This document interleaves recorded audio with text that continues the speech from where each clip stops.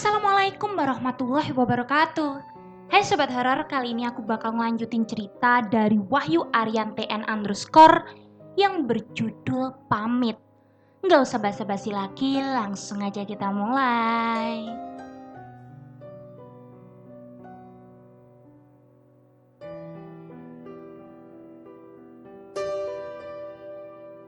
Putra yang sangat semangat dan gembira kali ini menaiki kapal untuk melancarkan niatnya lompat dari sana. "Woi, lihat nih!" teriak Putra karena ingin kami melihat lompatannya. Dengan sedikit atraksinya, Putra melompat dari atas kapal itu. Setelah melompat, Putra tiba-tiba hilang tak terlihat di permukaan. Awalnya kami mengira ia menyelam seperti biasa. Tapi agak lama, ia tetap tak muncul juga. Hingga akhirnya kami curiga sedang terjadi apa-apa pada Putra. Si Putra mana? Kok gak keluar-keluar dari air? Ucap Vian panik dan tanya kepada yang lain saat ia menyadari kejadian itu. "Serius kamu, Vi? Jangan bercanda," jawabku saat aku belum menyadari kejadian ini. "Iya mas, ini Putra gak keluar-keluar sesudah nyebur dari lompatan tadi," tambah Bowo menguatkan Vian. Suasana yang baru memasuki sore yang awalnya ceria dan asyik, seketika berubah menegangkan dan juga menakutkan. Kami berusaha mencari Putra sebisa kami, memanggil dan menyelam walau air keruh dan susah melihat ke dalam air. Tapi usaha kami sia-sia. Kami tidak bisa menemukan Putra. Karena tidak menemukan apa-apa, kami berlima langsung menepi ke tepi sungai karena takut hal-hal yang tidak kami inginkan menimpa kami. "Ini gimana? Putra belum keluar dari air," tanyaku kepada Mas Dayat karena ia yang paling tua di antara kami. Suasana di sekitar sungai sedang sepi karena baru mau masuk asar. Dan rumah-rumah warga agak jauh dari tempat kami mandi. Kami berlima kebingungan mau melakukan apa supaya Putra kembali lagi. Mau mencari turun ke air lagi, tapi kami sudah takut hendak turun ke air. "Cari bantuan, Van," seru Mas Dayat menyuruh Bowo mencari pertolongan warga. Bowo ditemani Yuda berlari ke arah rumah warga yang terdekat, berharap mendapatkan bantuan dari sana. Mimpi apa kami sebelumnya? Bisa-bisanya dihadapkan masalah besar seperti ini di usia kami yang baru menginjak remaja. Nah Sobat Horor, setelah ini kita dari sudut pandang Bowo dan Yuda ya. Oke, next. Mereka berdua masih hanya mengenakan celana pendek yang mereka pakai saat mandi di sungai.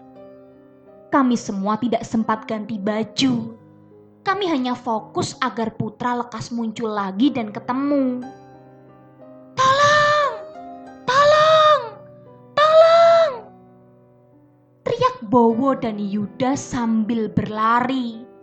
Seketika warga yang mendengar langsung mengerumuni dan mendatangi Bowo dan Yuda. "Ada apa nak? Kamu kenapa?" tanya Pak Yanto, salah satu warga yang datang dengan wajah panik melihat Bowo dan Yuda. "Iya nak, kamu kenapa?" ibu dari warga yang lain yang ikut mendatangi Bowo dan Yuda. "Temanku Pak, temanku hilang di Sungai Sambong," ucap Bowo. "Temanku Putra hilang tiba-tiba tenggelam di Sungai Sambong," imbuh Yuda. "Serius kamu nak? Jangan bercanda masalah seperti ini, tanya Pak Yanto. Serius Pak, Putra hilang, jawab Yuda. Putra anaknya Pak Har sama Bu Anis itu nak, tanya warga yang lain. Iya, itu Putra hilang waktu mandi di Sungai Sambong barusan, jawab Yuda. Ayo Pak, Bu, kita cari di sungai dulu, seru Pak Yanto kepada warga yang berkumpul. Sementara dua orang warga yang bernama Bu Wati dan Bu Irna pergi ke rumah Putra dengan maksud hendak memberi kabar ini kepada orang tua Putra. Sudut pandang Yuda dan Bowo selesai. Nah Sobat Horor, setelah ini kita kembali dari sudut pandang Tio ya. Oke, next.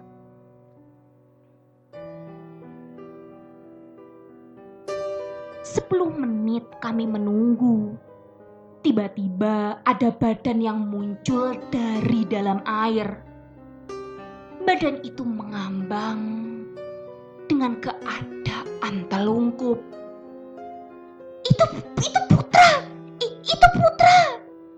Ucapku dengan teriak memberitahu yang lain. Tanpa berpikir lama, aku, Mas Dayat dan Fani langsung menceburkan diri ke dalam air dan menghampiri tubuh manusia yang kami yakini itu adalah tubuh teman kami Putra. Ini benar Putra, ucap Mas Dayat sambil mendapati benar bahwa itu adalah tubuh Putra yang sudah tak sadarkan diri. Kami langsung menepikan tubuh Putra ke pinggir sungai. Badan Putra terasa lebih berat dari sebelumnya. Padahal ukuran badannya sama denganku yang tidak begitu besar. Bebarengan dengan kami yang berhasil mengangkat dan menepikan tubuh Putra, Bowo dan Yuda datang dengan membawa banyak warga bersamaan. Mana anak yang hilang nak? Tanya warga bersahutan satu sama lain. Ini Pak, baru ketemu.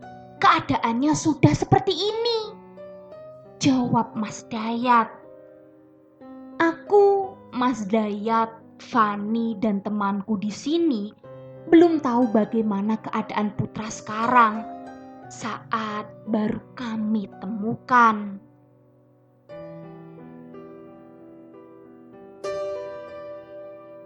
Sudut pandang Tio selesai. Nah Sobat Horor, setelah ini kita dari sudut pandang Bu Wati dan Bu Irna ya, dua warga yang datang ke rumah Putra. Oke, next.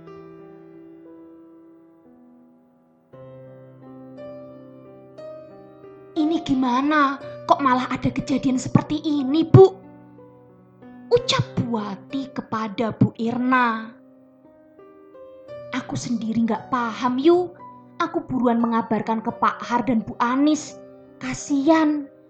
Aku gak bisa membayangkan perasaan Pak Har dan Bu Anis. Bagaimana kalau mereka tahu anaknya seperti ini? Ucap Bu Irna. Setibanya di depan rumah Pak Har, rumahnya tampak sepi dengan pintu tertutup. Assalamualaikum. Assalamualaikum. Assalamualaikum. Ucap salam Bu Wati dan Bu Irna bergantian berharap Pak Har dan Bu Anis sedang di rumah. Assalamualaikum. Ucap salam Bu Irna sekali lagi. Waalaikumsalam. Iya sebentar. Terdengar suara Bu Anis dari dalam. Tak lama Bu Anis membuka pintu. Ada apa ya Bu? Tanya Bu Anis yang sedikit bingung melihat raut muka Bu Wati dan Bu Irna yang tegang. Anu Bu Anis, anu, ucap Bu Irna terbata-bata. Putra, anaknya ibu hilang di Kali Sambong, ucap Bu Wati tiba-tiba. Yang bener saja Bu, anakku gak ngapa-ngapain kok bisa hilang. Jangan aneh-aneh ya Bu, jawab Bu Anis karena tidak terima anaknya dikatakan hilang.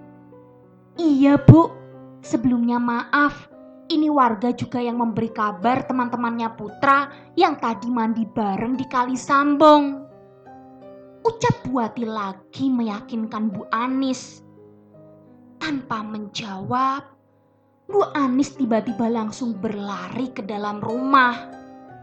Pak, Bapak, anak kita Pak, Pak! Teriak Bu Anis di dalam rumah memanggil suaminya. Setelah itu tak terdengar lagi percakapan Bu Anis dengan Pak Har. Tak lama Bu Anis keluar rumah dengan Pak Har dan langsung menaiki motornya menuju Sungai Sambong. Terlihat sekali wajah Pak Har dan Bu Anis sangat panik mengkhawatirkan anaknya Putra. Sudut pandang Bu Wati dan Bu Irna selesai. Nah, kita kembali lagi dari sudut pandang Tio ya. Oke, lanjut. Warga yang tiba-tiba datang langsung mengerumuni kami semua. Kurang lebih ada 10 warga yang mendatangi kami sore itu. Tampak salah satu warga yang bernama Pak Agus mengecek keadaan Putra. Beliau adalah salah satu tokoh masyarakat di sekitar sini. Innalillahi, ucap Pak Agus yang membuat kami semua terkejut. Pak, Putra kenapa Pak? Gak mungkin Putra meninggal. Tanyaku yang tak percaya dengan semua ini. Putra, Putra, ucap Bowo dan Fani dengan menggerak-gerakkan tubuh Putra, berharap ia segera sadar. Dan dari kejauhan, tiba-tiba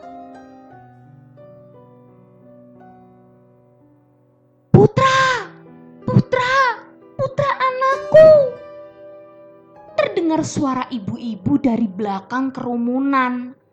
Ternyata Bu Anis dan Pak Har sudah sampai dan berusaha melihat Putra. Putra! Teriak Bu Anis dan Pak Har yang terkejut dan menangis melihat keadaan anaknya. Melihat Putra yang sudah terbujur kaku di hadapannya.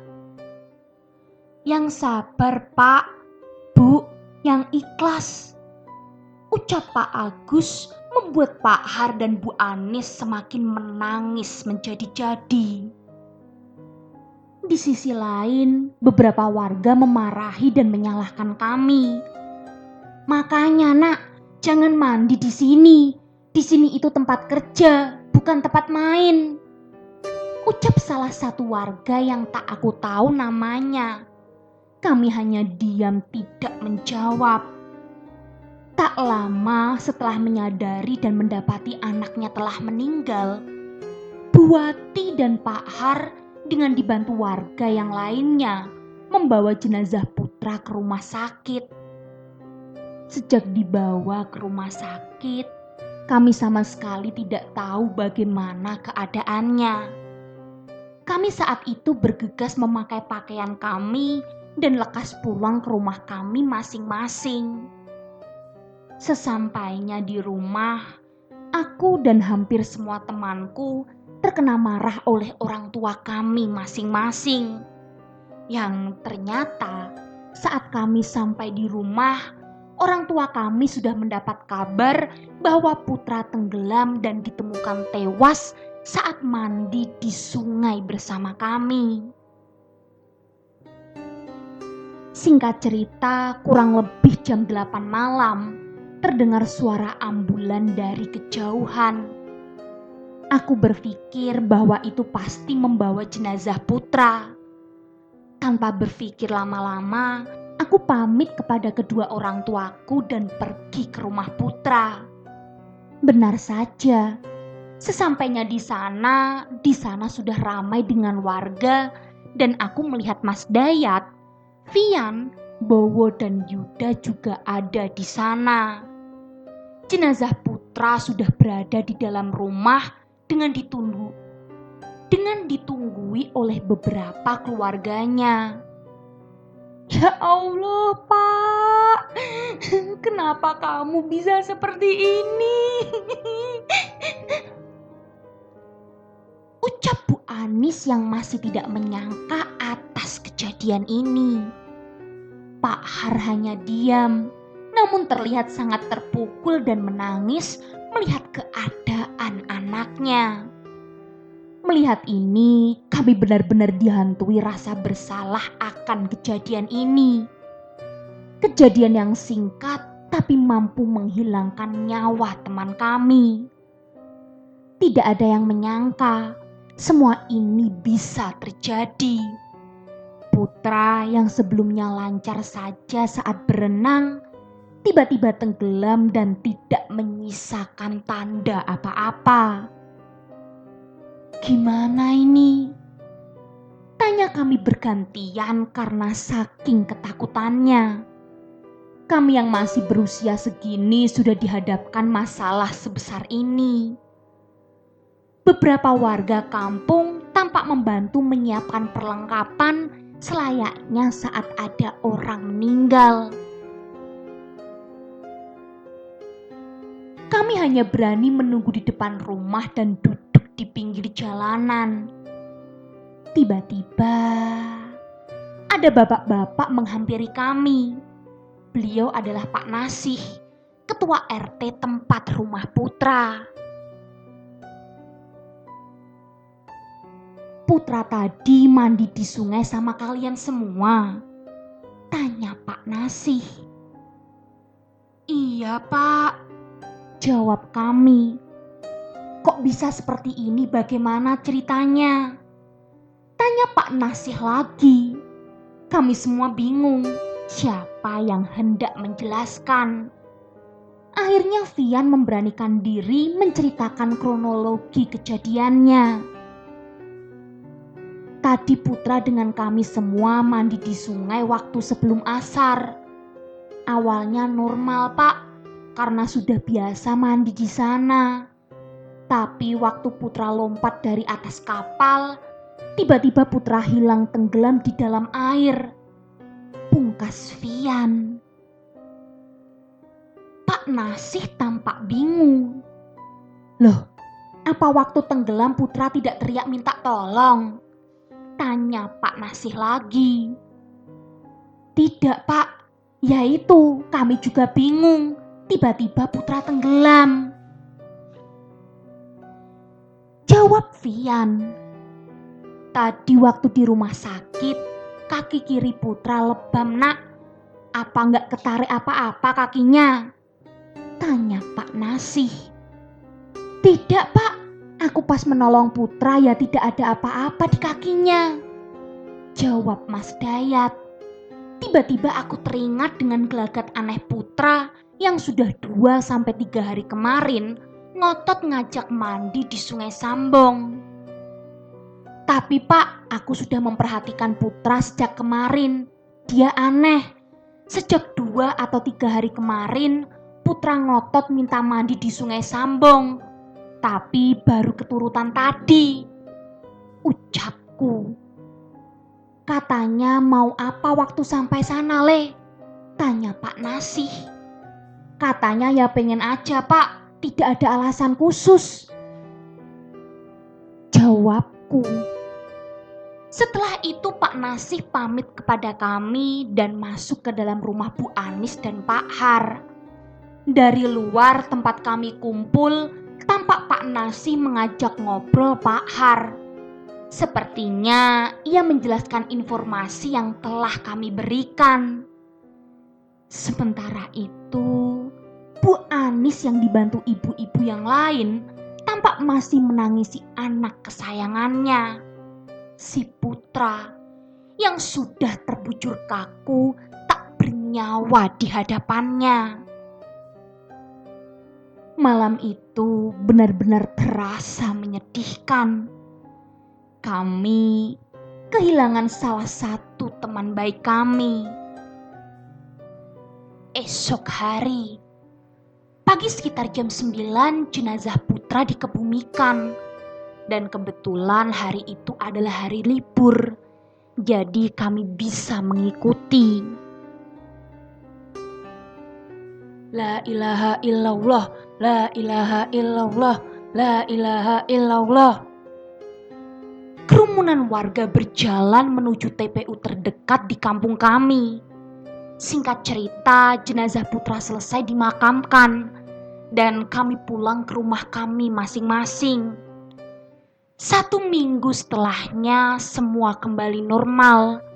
Sebelum akhirnya dalam tidurku, aku bermimpi kejadian yang cukup membuatku takut. Di dalam mimpi, aku yang tengah asyik membaca buku di dalam rumah, tiba-tiba mendengar suara tangis anak laki-laki di luar rumah. Awalnya aku hanya membiarkan, tapi lama-lama suara itu semakin jelas. Akhirnya aku putuskan keluar rumah dan mencari dari mana sumber suara itu. Dari luar rumah, aku melihat Putra tak jauh dari rumahku, duduk dan menangis. Aku yang penasaran akhirnya menghampirinya dan tanya apa hal yang sedang menimpanya. Maafkan aku yo, sampaikan maafku juga ke teman-teman, terutama kepada orang tuaku. Aku minta dikirimi doa. Di sini aku merasakan sangat panas, ucap Putra dalam mimpiku sambil merintih menandakan bahwa ia sangat kesakitan. Setelahnya aku tiba-tiba bangun dari tidurku dengan nafas tersengal-sengal dan badanku penuh dengan keringat. Aku sangat terkejut dengan mimpiku barusan. Mimpi didatangi temanku yang telah meninggal seminggu yang lalu. Aku langsung mengambil air minum dan mendapati jam masih pukul 3 dini hari. Besoknya aku kembali berkumpul dengan teman-temanku di pos kampling di kampung kami. Tiba-tiba Mas Dayat membuka percakapan yang cukup membuatku terkejut. Kalian mimpi didatangi Putra enggak? Tanya Mas Dayat. Mas, kamu dimimpiin juga? Aku juga dimimpiin Putra, jawabku. Mas Dayat mengatakan jika ia didatangi dalam mimpi 3 hari setelah kepergian Putra saat kami sedang tidur di musola kampung setelah pengajian. Yang membuatku terkejut lagi adalah ketiga kawanku yang lain juga didatangi Putra di dalam mimpi mereka masing-masing dan juga memberikan pesan yang sama. Ia menyampaikan maaf kepada teman dan orang tuanya dan meminta tolong untuk dikirimi doa karena di sana dia merasa sangat kepanasan dan kesakitan. Di situ kami langsung mendoakan Putra bersama-sama, berharap agar Putra baik-baik saja di sana dan diterima segala amal kebaikannya. Setelahnya kami mulai berpikir bagaimana cara kami menyampaikan amanah ini kepada orang tuanya. Singkat cerita, kami sepakat bahwa Mas Dayat yang akan menyampaikannya karena ia yang paling tua di sini dan rumahnya tak jauh dari rumah Putra. Nah Sobat Horor, setelah ini kita dari sudut pandang Mas Dayat ya. Oke, next. Besok harinya saat Mas Dayat pulang sekolah, "Assalamualaikum," ucap Mas Dayat sambil mengetuk pintu rumah almarhum putra. "Waalaikumsalam." Pak Har membuka pintu rumahnya dan mempersilahkanku masuk. Tak lama, Bu Anis juga datang ikut menemuiku. Aku langsung menceritakan maksud dan tujuanku kemari. Aku menjelaskan bahwa beberapa hari terakhir, aku dan semuanya yang saat itu mandi bersama Putra di Sungai Sambong, didatangi Putra di dalam mimpi masing-masing. Dan aku juga menyampaikan kata maaf dari Putra kepada kedua orang tuanya. Putra minta diberikan doa dari orang tuanya. Setelah aku menjelaskan itu semua, Pak Har dan Bu Anis hanya bisa menangis dan mengucapkan terima kasih. Beliau juga memohon maaf dari teman-temannya apabila dia ada banyak salah kepada teman-temannya. Sudut pandang Mas Dayat selesai. Nah, kita kali ini kembali dari sudut pandang Tio ya. Oke, lanjut. Seperti biasa, kami bermain bersama dan nongkrong di pos kamling. Tiba-tiba, kami didatangi Mas Rudi, warga kampung sebelah tempat Sungai Sambong berada. Intinya ada rumor bahwa tewasnya Putra ada sangkut pautnya dengan Wiyonggo.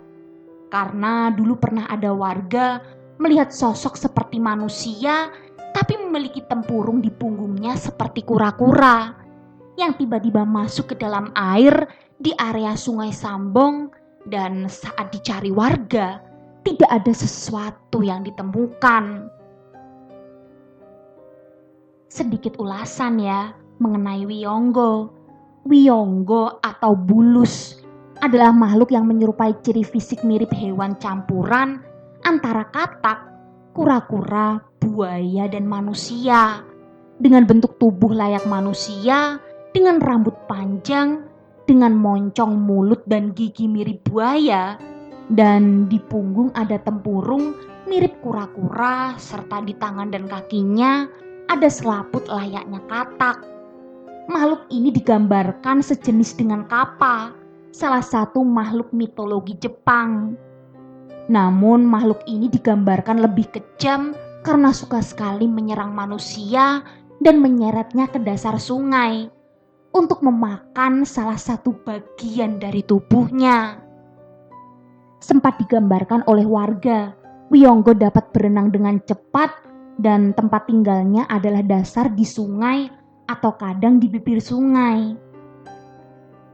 Setelah mendengar cerita Mas Rudi, perasaan kami semakin tidak karuan. Dan sejak pesan Putra kami sampaikan ke orang tuanya dan sering kami kirimkan doa untuknya, kini Putra sudah tak lagi datang ke mimpi kami. Dan juga sampai sekarang kami sudah tidak berani lagi mandi atau bermain di Sungai Sambong. Mari kita kirim Al-Fatihah untuk Putra agar amal ibadahnya diterima di sisi Allah Subhanahu wa Ta'ala. Al-Fatihah. Dan terlepas dari itu semua, ada baiknya kita sebagai manusia untuk bermawas diri, karena memang ada makhluk ciptaan Allah lainnya yang ada di sekitar kita. Dan sudah seharusnya kita saling menghormati, terutama dengan aturan-aturan maupun adat-adat yang ada di daerah tersebut. Dan selesai. Gimana Sobat Horor? Seru kan ceritanya? Kalau gitu tunggu cerita-cerita menarik lainnya dan jangan lupa nyalakan lonceng notifikasinya. Bye!